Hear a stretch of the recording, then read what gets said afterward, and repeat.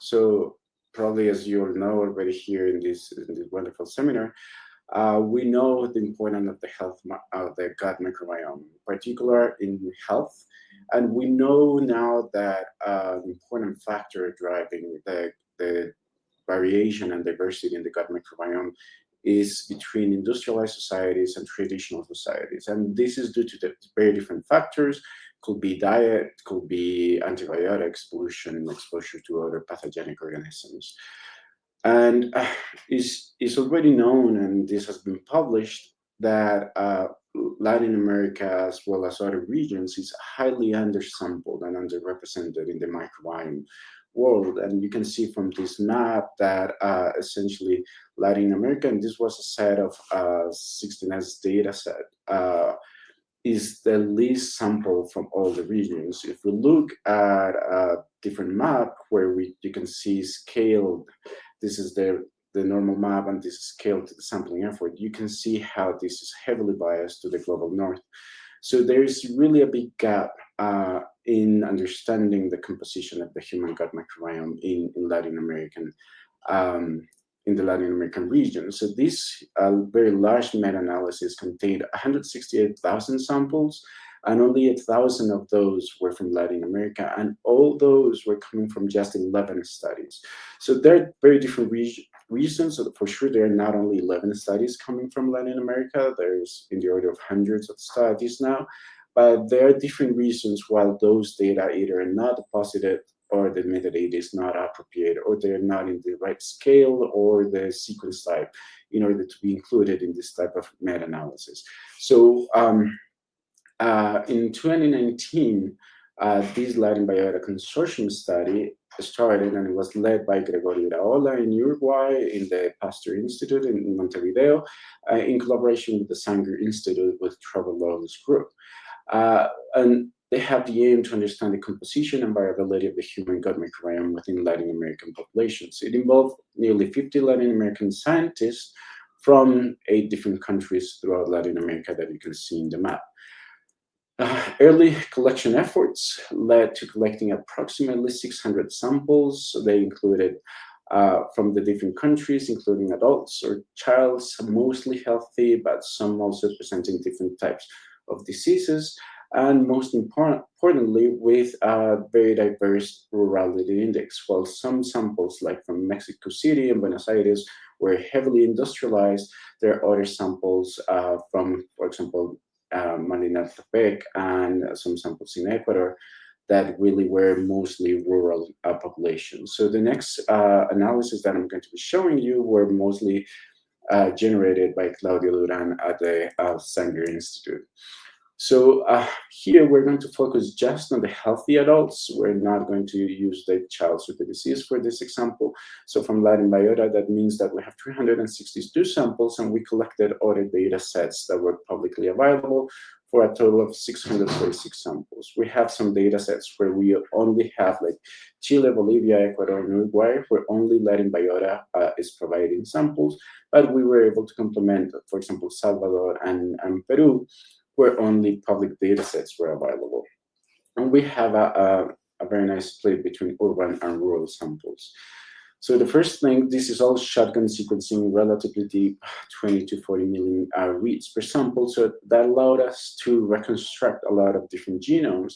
And what you can see here is a phylogenetic tree of all the diversity that we were able to assemble. And you can see very large diversity, for example, in this case, in Bacillota, and Bacteroides that are some of the most prevalent microbes in the gut. What you can see in these black lines are all the novel taxa that were not previously in GTDV-TK, and also some isolates that we have. So this is representing a great novelty. Then when we start doing the traditional analysis, alpha and beta diversity, what we can see here is that what is driving the most of the diversity is that split between rural and urban lifestyles. Even within Latin America, you can see that. And that lifestyle effect was even greater than the country itself. So there was common trends separating those rural samples from urban samples, even in between different countries. So we wanted to see what bacterial species were driving this difference. And we can say that there's several larger diversity in the rural samples and a lot of significant species, some that are present absent. So all these are present just in rural samples. And a lot of other ones that, even though they may be present in both rural and urban, they're highly enriched in the rural samples. As you can see by the colors, most of them are coming from the Bacteroidota.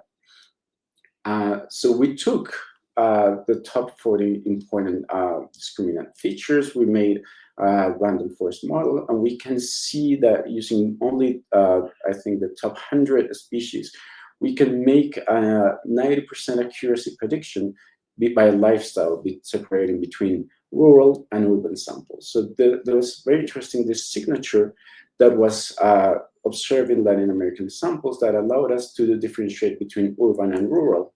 So then we wanted to see if using these samples could be applied worldwide. So since we have around 600 samples, we aimed at collecting more or less similar numbers on the different regions of the world. So these include a total of 3,318 samples from 5 continents and 38 countries. And this was the plot that we saw previously of the split between rural and urban, and using only those 100 discriminant features.